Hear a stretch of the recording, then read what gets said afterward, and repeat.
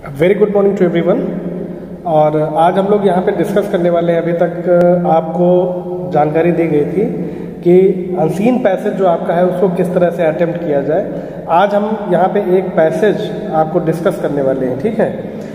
तो देखिए, हमने पहले ही आपको बता रखा है कि जो पैसेज होता है उसमें बहुत सारे ऐसे नाउन जो कि कैपिटल लेटर में लिखे हों, या इवेंट्स या डेट्स या टाइम, इस तरह की जो चीज़ें होती हैं, या प्रॉपर एडजेक्टिव हमने बताया था। जैसे इंडिया है, इंडिया इज़ प्रॉपर नाउन, और इंडिया से अगर इंडियन बन जाए तो वो होता है प्रॉपर एडजेक्टिव। जैसे एशिया है, एशिया इज़ प्रॉपर नाउन, और एशियन अगर बन जाता है तो प्रॉपर एडजेक्टिव। ऐसे ही ऑस्ट्रेलिया है, इज़ प्रॉपर नाउन, और इसी से ऑस्ट्रेलियन अगर हम बना देते हैं तो क्या हो जाएगा, आपका प्रॉपर एडजेक्टिव हो जाएगा। प्रॉपर एडजेक्टिव का मतलब होता है विशेषता बताए। जैसे इंडिया है तो इंडियन हो गया, इंडियन विशेषता है, ठीक है। तो इस तरह से ये हो गया। तो आप आइए, आज हम लोग यहाँ पे डिस्कस करने वाले हैं एक छोटा सा जो आपका अनसीन पैसेज है। बहुत परेशान होने की आपको ज़रूरत नहीं है, आराम से इसको देखेंगे, ठीक है। तो इसमें देखिए, evaluation system is an integral part of higher education, यानी कि शिक्षा से संबंधित ही है। तो ये एक बहुत बड़ा विषय है। Actually there are lot of student who do not understand that passage can come from any field. It may come from science, literature, art, craft, agriculture, politics, game, कहीं से भी आ सकता है। तो हमें इसके लिए तैयार रहना, ये नहीं कि अगर भाई इस तरह का आ गया तो हमने तैयार नहीं किया है। क्योंकि जो अनसीन पैसेज होता है, मोस्टली क्या होता है कि उसका कोई क्राइटेरिया नहीं होता है कि भाई किस फील्ड से आएगा। तो हम यहाँ पे जो फर्स्ट पैसेज हमारा ये एजुकेशन से हम शुरू कर रहे हैं। तो इसीलिए देखिए, evaluation system is an integral part of higher education, यानी कि अगर हम हायर एजुकेशन की बात करते हैं तो इवैल्यूएशन सिस्टम जो है इंटीग्रल का मतलब क्या होता है? इंटीग्रेट का मतलब होता है एक साथ इकट्ठा करना, यानी कंबाइन कह सकते हैं आप, पार्ट ऑफ हायर एजुकेशन। जो इवैल्यूएशन है वो एक बहुत ही महत्वपूर्ण पार्ट है हायर एजुकेशन में, जो कि चीज़ों को क्या करता है, इकट्ठा करता है, कलेक्ट करता है। Conduct of examination constitutes the core function of university apart from its teaching and research. अब देखिए, एग्जामिनेशन को कराना ये यूनिवर्सिटी का काम होता है, या जो संस्थाएं हैं उनका काम होता है। कोर फंक्शन, कोर का मतलब मेन काम यही है, यानी कि पढ़ाई कराना, फिर उसके बाद एग्जाम लेना, ये तो मेन काम हो गया। इसके अलावा अपार्ट फ्रॉम का मतलब होता है इसके अलावा। अब देखिए, अपार्ट फ्रॉम आ गया तो अब अगर आपको नहीं पता है तो जानकारी कैसे होगी? तो आप वर्ड मीनिंग, हमने क्या आपको कहा था कि एक वर्ड मीनिंग आप रोज तैयार करिए मिनिमम, और उसका यूज़ भी करिए। एक रजिस्टर अलग बना लीजिए। जब स्कूल खुलेगा तो हम देखेंगे ये सारी चीज़ें, ठीक है। ऐसा नहीं कि नहीं देखेंगे, देखेंगे। जितना बेटा कह रहे हैं देखेंगे, नहीं तो नंबर देंगे नहीं, ये समझ लेना। क्योंकि तुम लोग जो है जिस हिसाब से रिस्पॉन्स आ रहा ना, रिस्पॉन्स अच्छा आना चाहिए।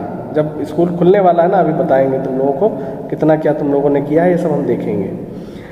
तो अपार्ट फ्रॉम भी आता है। अपार्ट फ्रॉम का मतलब होता है इसके अलावा, और मोर ओवर भी आता है। मोर ओवर का मतलब भी होता है इसके अलावा, सेम है दोनों, ठीक है। अब सेम क्या मतलब, सिनोनिम है, अलग अलग यूज भी और हो सकते हैं। ऐसा नहीं इंग्लिश में कि कोई चीज़ हमने बता दिया तो पत्थर की लकीर हो गई। Apart from its teaching and research, यानी कि एग्जाम कंडक्ट कराना तो एक काम है यूनिवर्सिटी का या किसी भी संस्था का, लेकिन इससे भी ज़्यादा काम है कौन से, टीचिंग। भाई टीचिंग आप करोगे तभी तो एग्जाम लोगे, रिसर्च आप करोगे तभी तो आप पढ़ाओगे अच्छे से। क्योंकि हायर जो क्लासेस होते हैं उसमें रिसर्च का बहुत बड़ा रोल होता है। भाई हमारे यहाँ तो इंटरमीडिएट तक we only focus on the theory portion. हालांकि रिसर्च है, ऐसा नहीं भाई प्रैक्टिकल है, वो रिसर्च ही तो होता है। एक नए बच्चे के लिए तो रिसर्च ही है। The credibility of the university depends upon the effectiveness और विश्वसनीयता। क्रेडिबिलिटी का मतलब होता है विश्वसनीयता।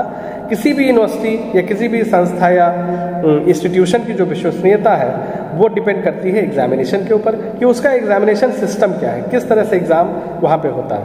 एंड इवैल्यूएशन सिस्टम, पहला तो एग्जाम किस तरह होता है ये हो गया, फिर इवैल्यूएशन किस तरह होता है, यानी कि जो आंसर्स हैं वो किस तरह इवेल्युएट किए जाते हैं जो बच्चे देते हैं आंसर, ये भी एक बहुत इंपॉर्टेंट पॉइंट है। At present examinations assume greater significance as universities are controlling a large number of affiliated government colleges.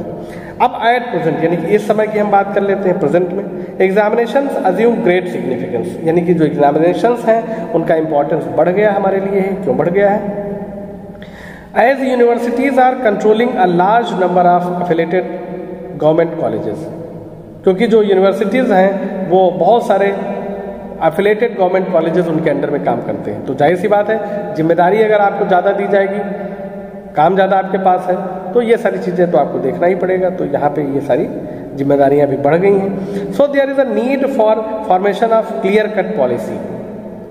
अब अगर देखिए काम ज़्यादा बढ़ गया है तो क्लियर कट पॉलिसी होनी चाहिए। ये नहीं कि कोई भी काम करना है तो वो कौन सी संस्था करेगी, भाई गवर्नमेंट की तरफ से दिशा निर्देश आएंगे, यूजीसी की तरफ से आएंगे, ठीक है, या कौन करेगा। तो there should be clear cut policies regarding the evaluation, regarding the examination, regarding the research in the higher education. ये सारी चीज़ें आपको पता होनी चाहिए, ठीक है। क्लियर कट पॉलिसी ये हो गया। एंड जो इंस्टीट्यूट्स हैं आपके, ठीक है, उनके अंदर जो सिस्टम है, ठीक है, वो भी अच्छा होना चाहिए। And proceeds to bring an standard and transparency in the system. तो ट्रांसपेरेंसी होनी चाहिए, ठीक है, सिस्टम के अंदर। ट्रांसपेरेंसी का मतलब क्या होता है? मतलब सारी चीज़ें क्लियर हो, ये नहीं कि कुछ छिपा हो, हिडन हो, ठीक है। और इंस्टीट्यूट और क्या नाम, ये जो पूरा टॉपिक है ये पूरा इवैल्यूएशन, रिसर्च इन पे बेस्ड, ठीक है। तो इस तरह से हम समझने का प्रयास करेंगे। आज हमने एक ये चैप्टर, ये छोटा सा सीन समझा है, तो जैसे हम समझ रहे हैं, हम आपको बता रहे हैं ये तरीका है, इस तरह से आपको चीज़ों को समझना है, ठीक है। तो आज इसके क्वेश्चन आंसर हम आपको नहीं कराने वाले हैं, ठीक है। आपको जो क्वेश्चन आंसर हमने कराए हैं कल हम नेक्स्ट भेजेंगे। बाकी ये केवल समझाने के लिए कॉन्सेप्ट था। अब इसमें मान लो क्वेश्चन बनता है तो किससे बनेगा?